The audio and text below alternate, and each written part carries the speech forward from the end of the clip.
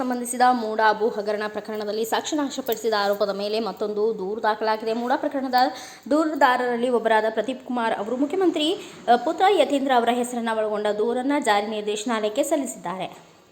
ಸಾಕ್ಷ್ಯ ನಾಶದಲ್ಲಿ ಮೈಸೂರು ನಗರಾಭಿವೃದ್ಧಿ ಪ್ರಾಧಿಕಾರದ ಅಧಿಕಾರಿಗಳ ಕೈವಾಡವಿದೆ ಎಂದು ಆರೋಪಿಸಿದ್ದು ತನಿಖೆ ನಡೆಸುವಂತೆ ಮನವಿ ಮಾಡಿದ್ದಾರೆ. ಸಿದ್ದರಾಮಯ್ಯ ಅವರ ಪತ್ನಿ ಬಿಎನ್ ಪಾರ್ವತಿ ಅವರು ಮೈಸೂರಿನ ಮುಖ್ಯ ಪ್ರದೇಶದಲ್ಲಿ ನಿವೇಶನಗಳನ್ನು ಹಿಂದಿರುಗಿಸಲು ಮುಂದಾದ ಒಂದು ದಿನದ ನಂತರ ಈ ಆರೋಪವು ಬಂದಿವೆ. ನಿವೇಶನಗಳನ್ನು ವಾಪಸ್ ಪಡೆಯಲು ಮೂಡಾ ಒಪ್ಪಿಗೆ ನೀಡಿದೆ. ಮೂಡಾ ಪ್ರಕರಣವು ಮೈಸೂರಿನ ವಿಜಯನಗರ 3 ಮತ್ತು 4ನೇ ಹಂತದಲ್ಲಿ ಇರುವ 14 ನಿವೇಶನಗಳನ್ನು ಪಾರ್ವತಿ ಅವರಿಗೆ ನಗರಕ್ಕೆ ಸಮೀಪಿಸಿರುವ ಕೆಸರೆ ಗ್ರಾಮದಲ್ಲಿ 3.16 ಎಕರೆ ಜಮೀನಿಗೆ ಪರಿಹಾರವನ್ನು ಮಂಜೂರು ಮಾಡಿದೆ.